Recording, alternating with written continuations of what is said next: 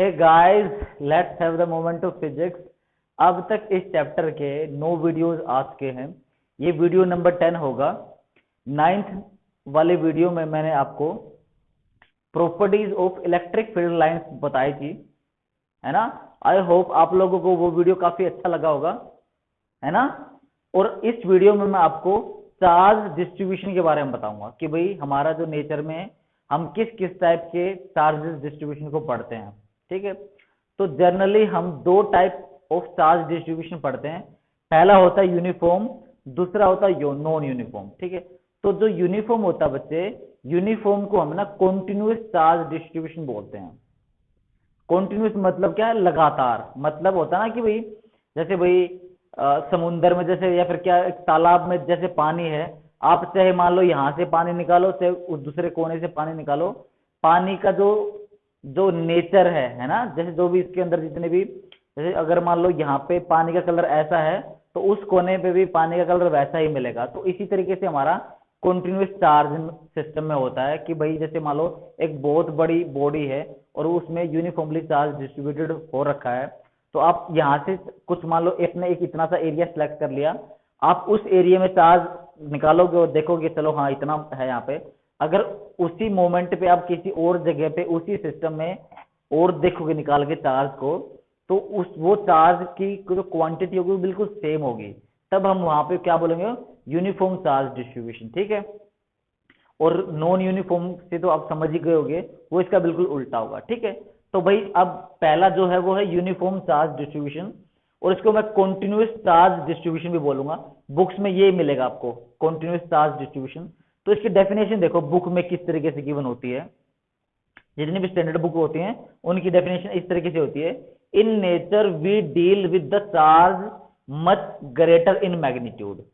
Much मतलब greater, मतलब बहुत बड़ी क्वांटिटी में डील करते हैं। अब तक आप लोगों ने पढ़ रखा वो, जैसे कुलम सर ने बताया था, कुलम सर ने जो भी चार्ज लिया था वो पॉइंट चार्ज लिया था। ठीक है, तो जहां पे अगर मान लो चार्ज काफी बड़ा आ गया, तो वो पॉइंट चार्ज की तरह डील नहीं हो पाएगा।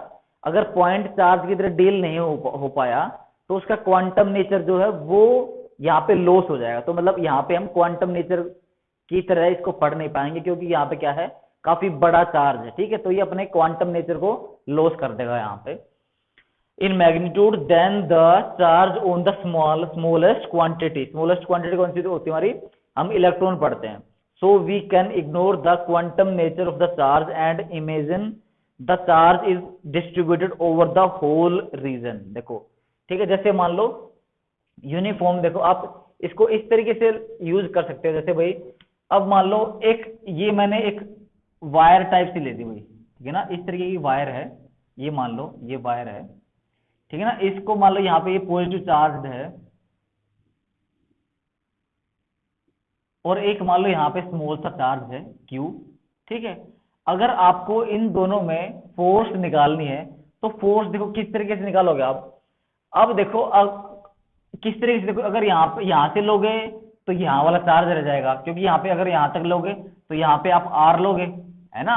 अगर यहाँ पे आर लोगे तो यहाँ पे चार्ज क्या होगा? चार्ज टोटल होना चाहिए। अगर आप कहोगे नहीं सर बिल्कुल बीच में, मानो बीच से आर लो आप, तो अगर बीच से आर लोगे तो एवरेज के चक्कर में गलती होने के चांसेस ज्यादा है, कैलकुलेशन एरर होने के ज्यादा हैं, चांसेस हैं। तो ऐसे जो भी केस आएंगे तो उनको है ना with the help of integration solve करेंगे, और कुछ टर्म्स हमारे कॉन्टिन्यूस चार्ज डिस्ट्रीब्यूशन में आएंगे। ठीक है, कॉन्टिन्यूस चार्ज डिस्ट्रीब्यूशन में कुछ चीजें आएंगी, वो मैं आपको आगे करवाऊंगा। ठीक है, तो जैसे इस मोमेंट में हमारा ये होगा कि भाई क्या करें इसमें, हम किस तरीके से हम ले, तो वहां पे इस चीज का यूज होगा आपका। एक डेरिवेशन भी दे रखा है एनसीईआरटी में, ठीक है ना, 1.30 करके। हम वो वायर की वजह से भी करेंगे कि भाई हमारा कॉन्टिन्यूस चार्ज एक वायर है, उसमें हमारी इलेक्ट्रिक फील्ड की वैल्यू क्या होगी, तो उसको भी मैं बताऊंगा आपको। मेरे ख्याल से आपको ये चीज काफी अच्छी तरीके से समझ में आ गई होगी। ठीक है, अब जैसे इसने कॉन्टिन्यूस की बात करी, तो कुछ एग्जांपल मैं आपको लेके दिखाता हूँ यहाँ पे कि देखो, अगर मान लो मैंने एक शीट ले ली, शीट, ठीक है, ये शीट इस तरीके से है। अब देखो मैंने इसको चार्ज कर रखा है, मान लो शीट हमारी, तो देखो इस तरीके से चार्ज होगी, और ये यूनिफॉर्म चार्ज है बिल्कुल भाई। यूनिफॉर्म मतलब हर जगह इक्वल चार्ज, ठीक है ना। तो इस तरीके सिस्टम को भी हम कॉन्टिन्यूस चार्ज बोलेंगे। तो मेरे ख्याल से ये चीज आप लोगों ने अच्छी तरीके से नोट कर ली होगी। तो मैं इसको रब करता हूं बच्चे।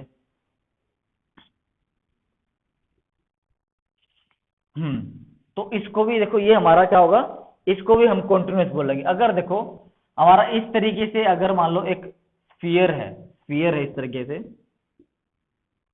है ना, इसमें हमारा चार्ज कंटिन्यूअस बताना हमें, जिस तरीके से आप लोगों ने गर्मियों में वो चीज खाया होगा ना, वाटरमेलन, खरबूजा जिसको बोलते हैं, है ना, कुछ लोग तरबूज भी बोलते हैं। तो तरबूज, खरबूजा भी इसी तरीके से होता है। तो जो हमारा वाटरमेलन खरबूजा होता है, उसमें आप सोच के देखो, उसके अंदर जो उसके सीड्स होते हैं, जो बीज होते हैं, वो देखो यूनिफॉर्मली डिस्ट्रीब्यूटेड होते हैं, यूनिफॉर्मली, बिल्कुल ठीक है, यूनिफॉर्मली होंगे। तो मैं इस सिस्टम को भी कंटिन्यूअस चार्ज डिस्ट्रीब्यूशन बोल सकता हूं, ठीक है ना। मान लो एक स्फेरिकल बॉडी है, और स्फेरिकल बॉडी में हमारा जो चार्ज जो है इक्वली डिस्ट्रीब्यूट है हर जगह, तो इसको भी मैं कंटिन्यूअस बोल सकता हूँ भाई, कंटिन्यूअस चार्ज डिस्ट्रीब्यूशन है ये हमारा, ठीक है ना। फिगर आपको समझ में आ गया होगा, ये भी हमारा कंटिन्यूअस है, ठीक है, कंटिन्यूअस है। अब देखो नॉन यूनिफॉर्म, ठीक है, नॉन यूनिफॉर्म चार्ज डिस्ट्रीब्यूशन या फिर नॉन कंटिन्यूअस। अब देखो आप कहोगे सर ये तो हमने पहली बार सुना है, या फिर हम रिलेट कर सकते हैं इस चीज को, जैसे अगर मान लो यहाँ पे एक जैसा अगर हमें चार्ज मिल रहा है, तो यहाँ पे हमें एक जैसा चार्ज नहीं मिलेगा, मतलब हमें यूनिफॉर्म चार्ज नहीं मिलेगा। तो देखो पहली बात तो देखो ये नॉन यूनिफॉर्म होगा कैसे, अगर मान लो मैं एक स्फेरिकल बॉडी ही मानता हूं, या फिर मैं मान लो मैंने एक लीनियर, देखो आपको काफी मोटी दिख रही होगी, मतलब मैंने काफी जूम करके लिखा आपको, यहाँ पे मान लो यहाँ पे पॉजिटिव, यहाँ पे पॉजिटिव, और मान लो इस एरिया में बिल्कुल गैप हो गया, और यहाँ पे इकट्ठा सारा चार्ज देखो यहाँ पे ऐसा मिल गया, ठीक है, यहाँ पे बिल्कुल ऐसा मिल गया, और यहाँ पे बिल्कुल यही मिला। अब यहाँ पे फिर ज्यादा मिल गया चार्ज इस तरीके। तो हमारा क्या, देखो यहाँ पे 2 चार्जेस हैं, यहाँ पे 5 चार्जेस हो गया, यहाँ पे 2, फिर यहाँ पे 1, मतलब नॉन होमोजीनियस चार्ज हो गया, non homogeneous, non homogeneous, non homogeneous charge distribution कह सकते हैं इसको आप। देखो ये होने के कारण क्या क्या हो सकते हैं, ठीक है ना। इसका मेन कारण हो सकता है आपका मैन्युफैक्चरिंग डिफेक्ट,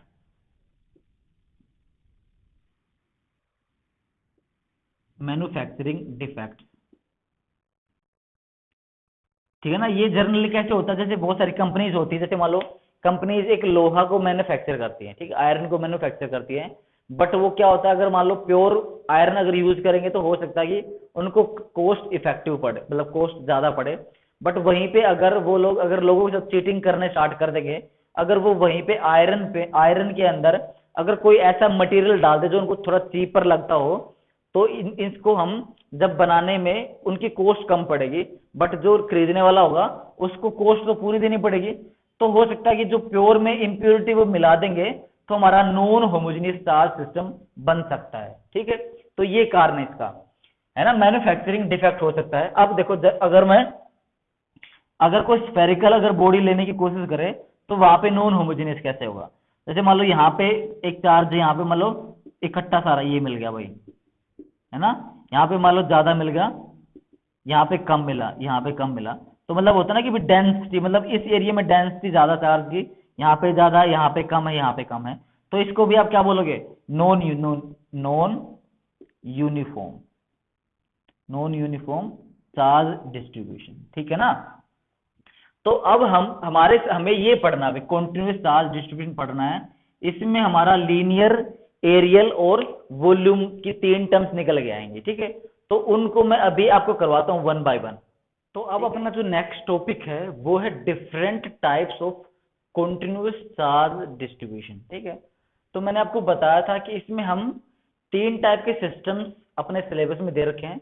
वो है, एक तो है लाइन चार्ज डिस्ट्रीब्यूशन, सेकंड है आपका सरफेस चार्ज डिस्ट्रीब्यूशन, थर्ड है आपका वॉल्यूम चार्ज डिस्ट्रीब्यूशन, ठीक है। तो मैं आप लोगों को पहले लाइन चार्ज डिस्ट्रीब्यूशन बताता हूं कि लाइन चार्ज डिस्ट्रीब्यूशन को हम किस तरीके से डील करेंगे। अगर मान लो हमें एक इस तरीके से एक वायर टाइप दे रखी है, देखो ये हमारी वायर है, ठीक है ना, इस तरीके से मान लो ये वायर गिवन हमें। तो वायर के केस में देखो हम अगर मान लो ये इस तरीके से मान लो पॉजिटिव चार्ज है,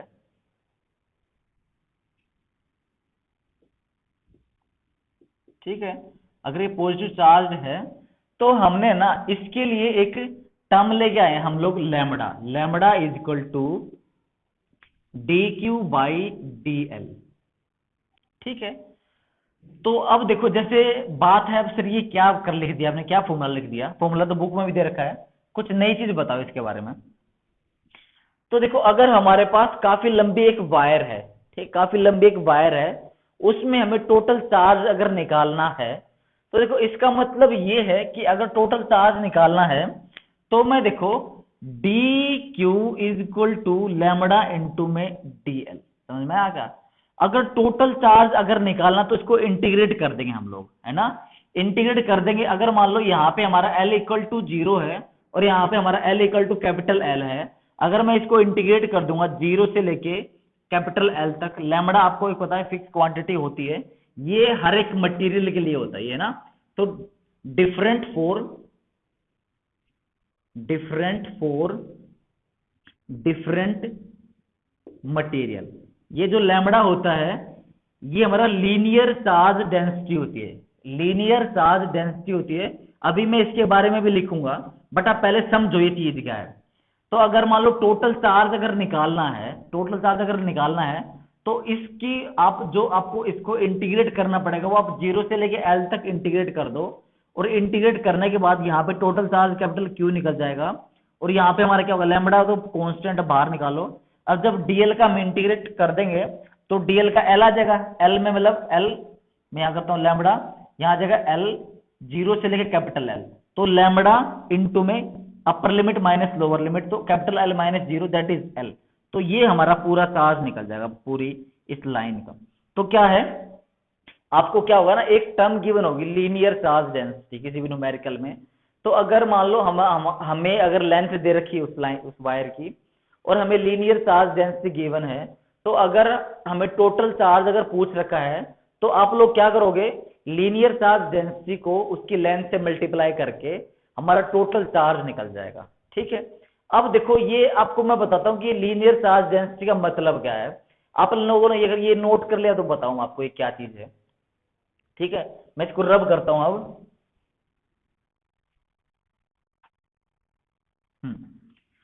तो देखो ये लीनियर चार्ज डेंसिटी आपको दिख रही है, क्या है, charge per unit length, charge per unit length.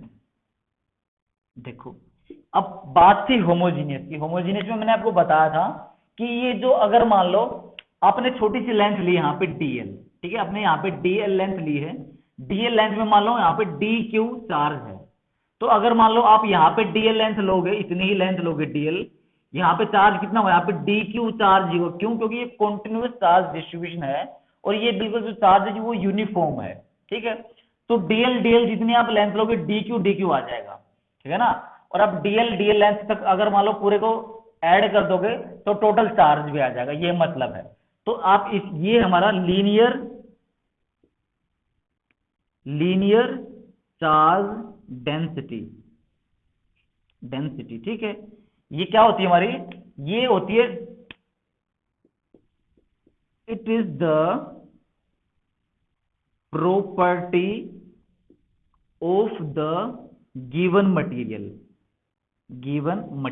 अगर मान लो हमें कॉपर दे रखी है तो कॉपर के लिए कुछ और वैल्यू होगी इसकी, अगर हमें आयरन दे रखा है तो आयरन के लिए और वैल्यू होगी। तो मतलब ये मटेरियल की प्रॉपर्टी है और टाइप ऑफ मटेरियल पे डिपेंड करती है। ठीक है ना, तो मेरे ख्याल से मैंने आपको इसके बारे में मतलब काफी कुछ बता दिया इसके बारे में कि लीनियर चार्ज डेंसिटी क्या होती है, और आपको अच्छी तरीके से ये चीज समझ में भी आ गई होगी। सही है ना, तो ये तो था हमारा लीनियर चार्ज डेंसिटी के बारे में जो भी कुछ था, और हमें एग्जाम में ये गिवन होगी, और हम ये गिवन होने के बाद ये टोटल चार्ज भी निकाल सकते हैं अगर यहाँ पे मल्टीप्लाई कर दे तो। ठीक है, क्लियर है ना, ये पॉइंट क्लियर है। तो अब हम आते हैं इस पे सरफेस चार्ज डिस्ट्रीब्यूशन पे, सरफेस चार्ज डिस्ट्रीब्यूशन। तो अब देखो भाई सरफेस चार्ज डिस्ट्रीब्यूशन किस किस तरीके से हो सकता है। अगर मान लो आपको कोई शीट दे दे, प्लेन शीट दे दे, तो शीट मैंने आपको बता चुका हूं, शीट मतलब इस टाइप की शीट दे रखी आपको, ठीक है ना। अगर इस टाइप की आपको शीट गिवन है, इधर मान लो इस तरीके का चार्ज, यूनिफॉर्म चार्ज डिस्ट्रीब्यूशन है ना, यूनिफॉर्म चार्ज डिस्ट्रीब्यूशन होगा इसके ऊपर, तो जैसे यहाँ पे हमारा लीनियर चार्ज डिस्ट्रीब्यूशन था और हमने इसको लैम्बडा से डिनोट किया था, लैम्बडा, ठीक है ना, ये लैम्बडा है। तो सरफेस चार्ज जो डिस्ट्रीब्यूशन होगा उस चीज को हम डिनोट करेंगे सिग्मा से। सिग्मा, सिग्मा क्या होगा, देखो वहां पे हमने किस तरीके से डिनोट किया था, सिग्मा ऊपर आया था चार्ज, तो मैं यहाँ पे भी डी क्यू चार्ज, और यहाँ पे जो सरफेस है स्मॉल सरफेस डीएस दे दूंगा, ठीक है। तो यहाँ पे आएगा ये चार्ज पर यूनिट एरिया, ठीक है। अगर मैं यहाँ पे लैम्बडा की अगर यूनिट की बात करूं तो यहाँ पे यूनिट क्या होगी हमारी, यूनिट होगी इसकी, यूनिट होगी, चार्ज हमारा क्या होता है, कूलम पर मीटर, ठीक है। यूनिट क्या होगी इसकी, कूलम पर मीटर, ठीक है। और यहाँ पे इसकी यूनिट क्या होगी, सिग्मा की, चार्ज पर यूनिट एरिया, मतलब मीटर स्क्वायर, ठीक है ना। Coulomb per metre square sigma की हमारी यूनिट होगी, ठीक है। तो अब सिग्मा को मैं बताता हूं, तो सिग्मा भी हमारी एक मटेरियल प्रॉपर्टी है। तो डिफरेंट डिफरेंट मटेरियल के लिए different different surface charge density होगी, ठीक है। अगर मान लो एक चलो पहले इसका मतलब समझो, इसका मतलब क्या, अगर मान लो टोटल चार्ज निकालना हो, तो टोटल चार्ज अगर निकालना हो तो d q will be equal to sigma into में डीएस, ठीक है। आप इसको इंटीग्रेट कर दो, इंटीग्रेट करने के बाद ये टोटल क्यू आ जाएगा और यहाँ पे सिग्मा इंटू में एस आ जाएगा। तो अगर मान लो एग्जाम में आप लोगों को सिग्मा अगर गिवन है, सिग्मा की यूनिट होती है कूलम पर मीटर स्क्वायर, और एरिया की सरफेस की क्या यूनिट होती है, मीटर स्क्वायर। तो आप क्लास 11th में अपने डायमेंशनल एनालिसिस में ये चीज करी थी कि आपको यूनिट्स की, आप यूनिट्स की हेल्प से कैसे कोई भी एक क्वांटिटी निकाल सकते हो। तो मीटर स्क्वायर से मीटर स्क्वायर कैंसिल हो जाएगा, तो सिर्फ बच जाएगा coulomb, that is unit of charge. समझ में आपको, तो ये है, इसकी यूनिट बता दी कैसे क्या होता है। अब देखो थोड़ा सा इसको फील करो भाई, किस तरीके से हमारा सिग्मा डिफाइन है, ठीक है। तो सिग्मा हमारा देखो इस तरीके से डिफाइन, अगर मान लो किसी ने इस सरफेस पे मान लो इस तरीके का सरफेस कट कर दिया, मतलब देखो जैसे ये दीवार है, जैसे मान लो ये व्हाइट बोर्ड, अपना व्हाइट बोर्ड पे अपना मान लो सरफेस चार्ज यहाँ पे पूरा चार्ज कर रखा है इसको, ठीक है। अगर कोई कहता है कि सर मान लो मैं इतना सरफेस, मान लो ये डीएस है, ये डीएस है, अगर मैं इसको काटूंगा, इसको अगर मान लो इतना काट के देखूंगा, इसको कैलकुलेट करना चाहूंगा वहां पर कितना चार्ज है, इसमें कितना चार्ज है, तो इस मटेरियल के लिए इसकी सरफेस चार्ज डेंसिटी डिफाइन होगी। लिख देता हूं यहां पर मैं, सरफेस चार्ज डेंसिटी, ठीक है ना, सरफेस चार्ज डेंसिटी। तो ये सरफेस में अगर मैं टोटल चार्ज निकालने की कोशिश करूंगा तो क्या होगा, जो इसका सिग्मा होगा, सिग्मा, अगर मैं उस सिग्मा को इस डीएस से मल्टीप्लाई कर दूंगा तो मेरा चार्ज निकल जाएगा इस एरिया में, ठीक है। अगर मान लो कोई यहीं पे एक और डीएस एलिमेंट निकालता है, यहाँ पे एक डीएस एलिमेंट देखता है, तो डीएस एलिमेंट में अगर चार्ज निकालने की कोशिश करता है, तो अगर ये डीएस डीएस बिल्कुल सेम है और ये हमें पता है यूनिफॉर्म चार्ज डिस्ट्रीब्यूशन वाली बॉडी है, तो यहाँ से यहाँ पे भी जो हमारा चार्ज आएगा, चार्ज हमारा बिल्कुल इक्वल क्वांटिटी में आएगा, ठीक है। तो यहाँ से अगर इक्वल क्वांटिटी में आएगा तो हम कह सकते हैं कि हमारा ये यूनिफॉर्म है, ठीक है। अगर मान लो कोई बड़ा सरफेस लेगा, तो बड़ा सरफेस लेगा, तो बड़े सरफेस में भी चार्ज इस फॉर्मूले के अकॉर्डिंग हमारा निकल सकता है, ठीक है। तो सिग्मा को आप इतने बड़े सरफेस से मल्टीप्लाई कर दोगे, ठीक है ना। मेरे ख्याल से आपको ये वाला भी समझ में आ चुका होगा। अब आप कहोगे सही सरफेस चार्ज डिस्ट्रीब्यूशन हमें कहाँ कहाँ देखने को मिलेगा, ठीक है। पहला तो अपनी शीट देखा, ठीक है, इसको मैं अभी रब कर रहा हूं, ठीक है ना, ये नोट हो गया होगा मेरे ख्याल से।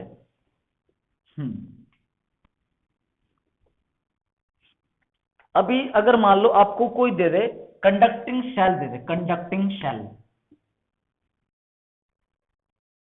कंडक्टिंग शेल, देखो शेल किस तरीके की होती है हमारी, जैसे आप लोगों ने फुटबॉल देखी कि फुटबॉल है ना, फुटबॉल, फुटबॉल ही नहीं फुटबॉल जैसी, अगर मान लो फुटबॉल की जैसे आपको पता आउटर कवरिंग थोड़ी सी रबड़ मटेरियल की होती है, अगर मान लो वहीं पे हमारी कोई मेटालिक टाइप की होती, तो अगर हमारी मेटालिक होती तो देखो हमारा कुछ इस तरीके से सरफेस आता, ये सरफेस है, देखो ये हमारा सर्कल नहीं है, ये फुटबॉल टाइप है, सर्कल नहीं दिख, देखो दूर से आपको दिख रहा होगा सर्कल, बट सर्कल नहीं, ये हमारा क्या है, ये हमारा शेल है, शेल है, ठीक है। अगर शेल पे आपने चार्ज दे दिया तो चार्ज हमारा किस तरीके से डिस्ट्रीब्यूट होगा, आपको पता है शेल हमारे, जैसे मान लो कोई भी एक मेटालिक बॉडी होती है, अगर हम उस पर कोई भी चार्ज डालते हैं तो उसकी प्रॉपर्टी थी मेटल की, वो उस चार्ज को अपनी बॉडी पे यूनिफॉर्मली डिस्ट्रीब्यूट कर देता है। क्या करता है? यूनिफॉर्म डिस्ट्रीब्यूट कर देता है उस चार्ज को, तो चार्ज बिल्कुल देखो इक्वली डिस्ट्रीब्यूट हो जाएगा इस तरीके का।